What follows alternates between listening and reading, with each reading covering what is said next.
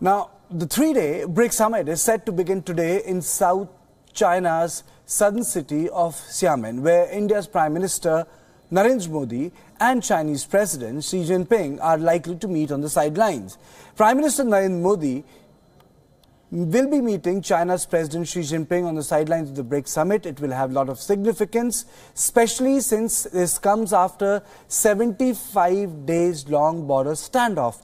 Pm Modi and President Xi Jinping are expected to discuss confidence-building measures, and India is likely to push for new mechanisms to address dispute all along the line of actual control. Who blinked first in Doklam and who was the eventual winner is a debatable issue and will be settled as things unfold in the long run. India is likely to demand concrete measures against terror infrastructure in Afghan-Pakistan region and seek a border framework for combating terror worldwide.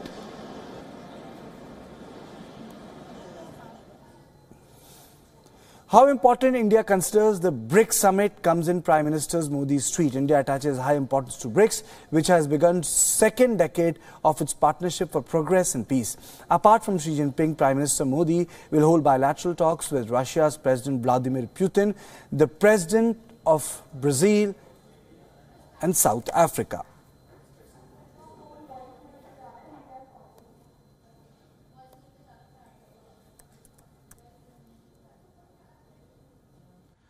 On the 28th of August, India and China signaled an expeditious disengagement from their standoff on the Doklam Plateau.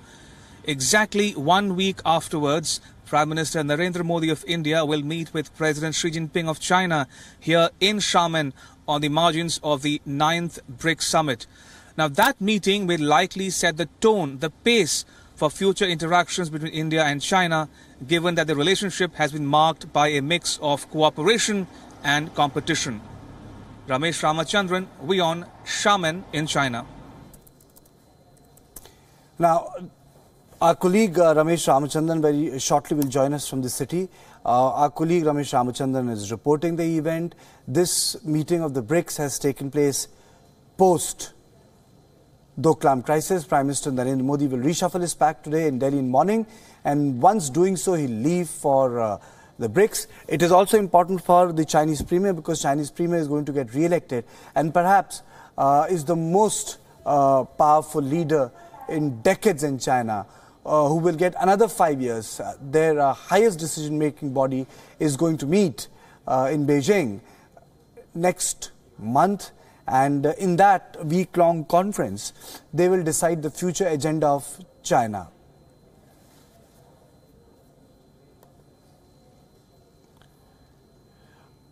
Okay, and now my colleague Arun Anand and other people will be joining me on the story on the cabinet reshuffle. But right now we stay focused on our special coverage from China and our special focus on the issue of BRICS. And I'm joined by Ramesh Ramachandran from Xiamen. Ramesh, my first question to you is that this meeting or the meeting at the sidelines will come post Doklam crisis. Now, in context of that, will it change the contour of engagement, or will it remain the same as it was previously in the number of BRICS which have happened?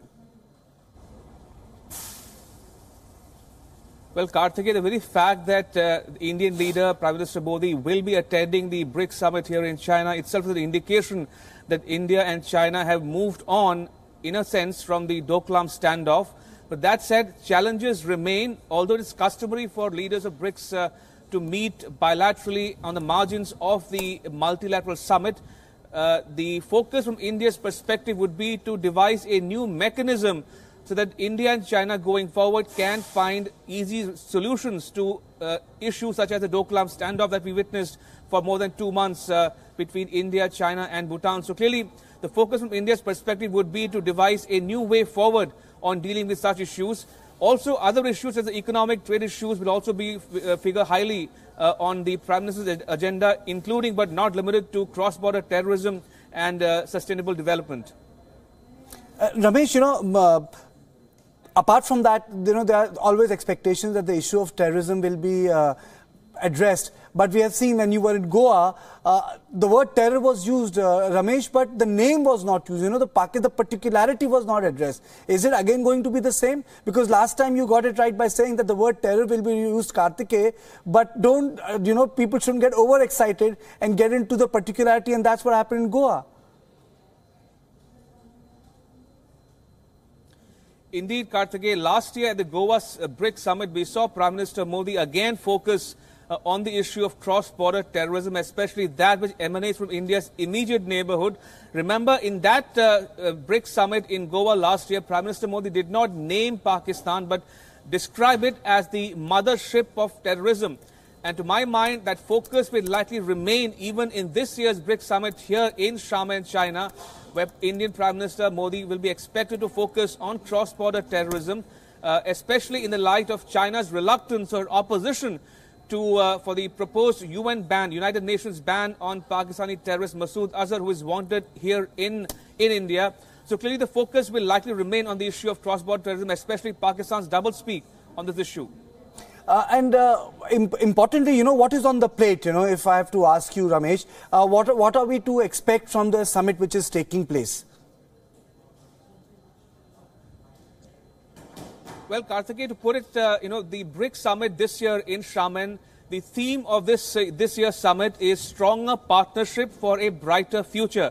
Now, although there are several bilaterals happening on the margins of the summit, the Chinese are telling us, and telling WION in particular, that the focus will likely remain on multilateral issues, global issues, development, cyber security, and other issues, including the new development bank, which is pioneered by the BRICS members to focus on sustainable development. So the focus from China's perspective would be on global issues.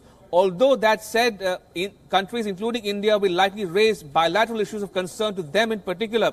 But the sum and substance of the deliberations here over the next 2 days will be contained in the joint statement which will issue towards the end of the summit. And that'll be interesting to watch out for the key themes or deliverables from that perspective.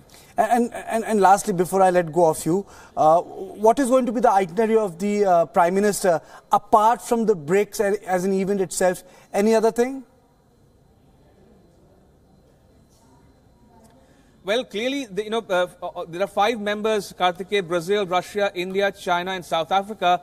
The leaders of Brazil and South Africa are already in Xiamen for the last day or two, and they've been holding meetings on the margins or before the summit actually begins. The leaders of India and Russia are expected soon to join the other leaders who are gathered here for the 9th BRICS summit. Remember, the first summit was held in 2009, and South Africa became a member of BRICS in 2011. So all the leaders are here, and Prime Minister Modi will be, taking part in the itinerary tomorrow. That is a Monday morning onwards, local time. Today being a Sunday, the opening event of the BRICS summit, Kartikeya, here is a business forum, which is a flagship enterprise, as it were, of President Xi Jinping, who is focusing on business economic connectivity, especially in light of the Belt and Road Initiative, which he conceptualized in 2013, and since that's gained traction. But remember, India has boycotted the Belt and Road Forum, which was held in China recently. So economic connectivity is of interest to India, but not at the expense of territorial integrity or sovereignty.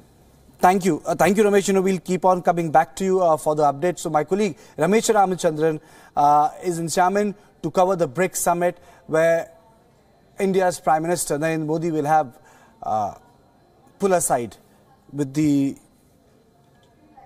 Chinese Premier.